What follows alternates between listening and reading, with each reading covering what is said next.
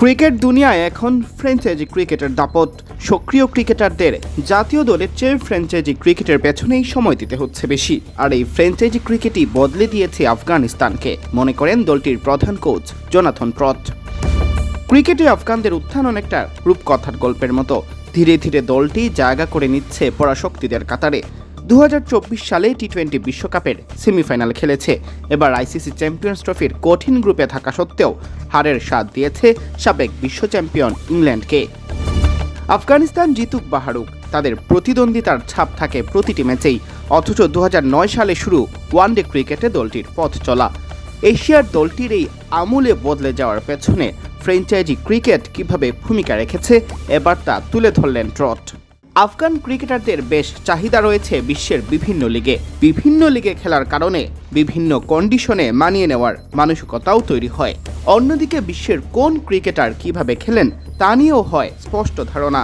সেই অভিজ্ঞতা নিয়ে ক্রিকেটাররা যখন জাতীয় দলে আসেন, তখনই বড় দলকে হারানোর মতো সোনালি সব মুহূর্ত তৈরি করে আফগানিস্তান।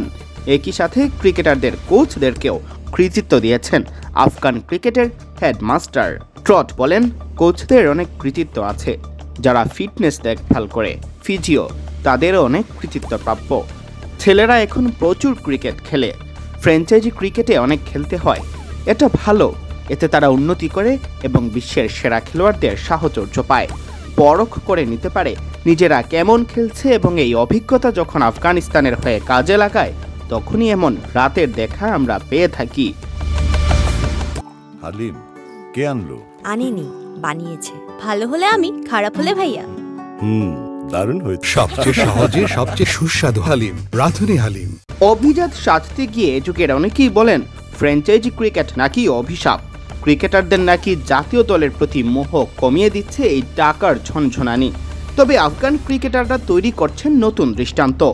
একদিকে আয় করছেন বিশ্বের বিভিন্ন লিগ থেকে, অন্যদিকে সমৃদ্ধ করছেন কেরিয়ারের পরিসংখ্যান।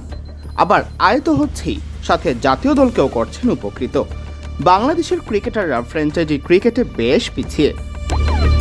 ইদানিংকালে অনেককে নিয়ে উন্মাদনা দেখা গেলেও ফ্র্যাঞ্চাইজি ক্রিকেটে বাংলাদেশিদের চাহিদা কখনোই ছিল না আকাশ ছোঁয়া, অন্তত আফগানদের মতো।